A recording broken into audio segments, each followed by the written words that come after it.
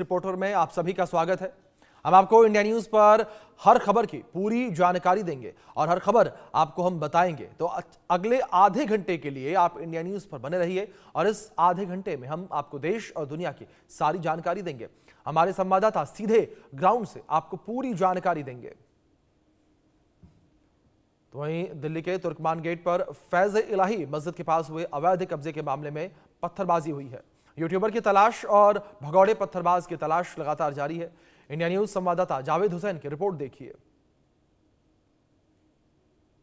5 लोग गिरफ्तार हो चुके हैं, 30 लोग हिरासत में हैं, कई लोगों की पहचान हो चुकी है। सलमान के साथ साथ कुछ और यूट्यूबर्स हैं जिनको दिल्ली पुलिस की तलाश है।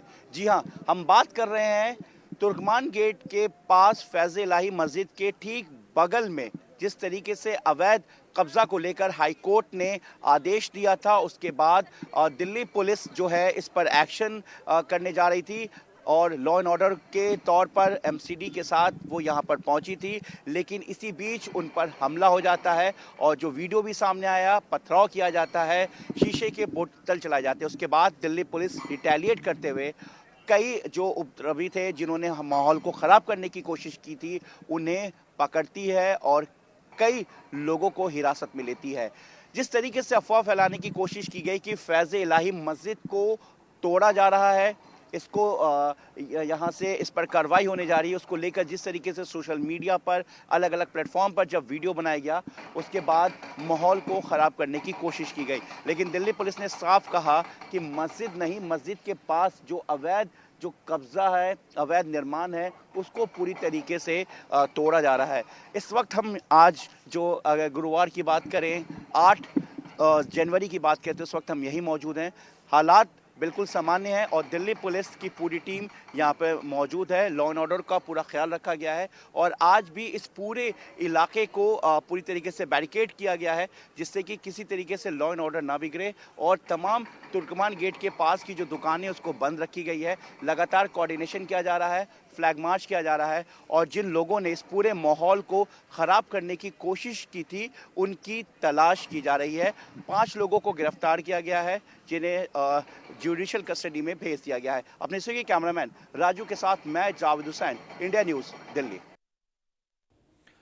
तो वहीं दूसरी ओर यूपी में ब्राह्मण पॉलिटिक्स को अब धार देने की तैयारी कर ली गई है। कांग्रेस ये धार देगी और लखनऊ में आज विप्रजहन तहरी भोज का आयोजन किया गया। अखिल भारतीय वर्षीय ब्राह्मण महासभा करेगा और आयोजन कांग्रेस के बड़े ब्राह्मण नेताओं के साथ ही प्रदेश अध्यक्ष अजय राय शामिल होंगे।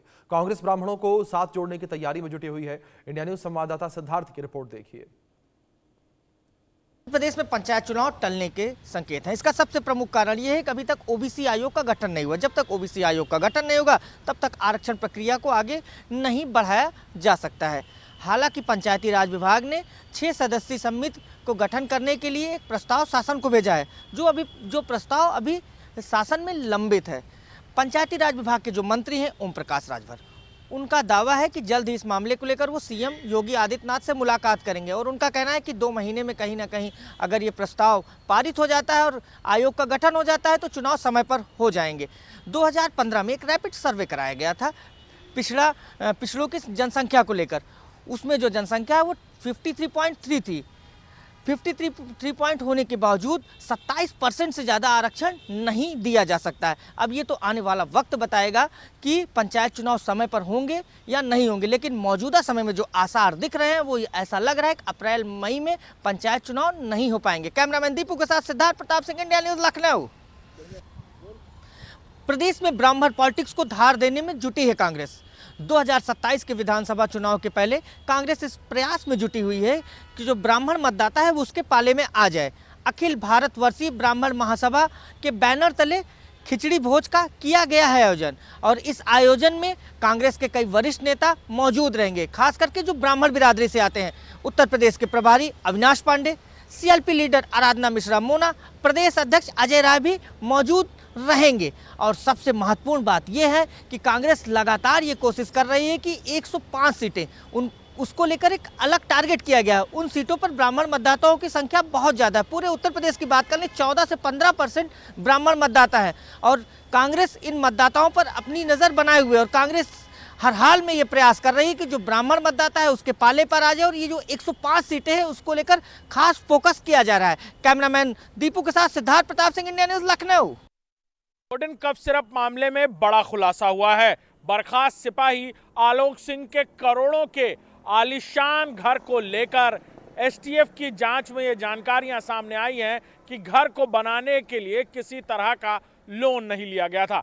आपको बता दें कि इससे पहले इन्फोर्समेंट डायरेक्टरेट की टीम ने आलोक सिंह के घर पर छापेमारी की कार्रवाई की थी। उस दौरान भी घर की वैल्यूएशन की गई थी और अब इस पूरे मामले में जेल में बंद बर्खास्त सिपाही आलोक सिंह से इन्फोर्समेंट डायरेक्टरेट की टीम पूछताछ करेगी और आलोक सिंह को जवाब देना होगा कि आखिर किस पैसे से करोड़ों रुपए का ये घर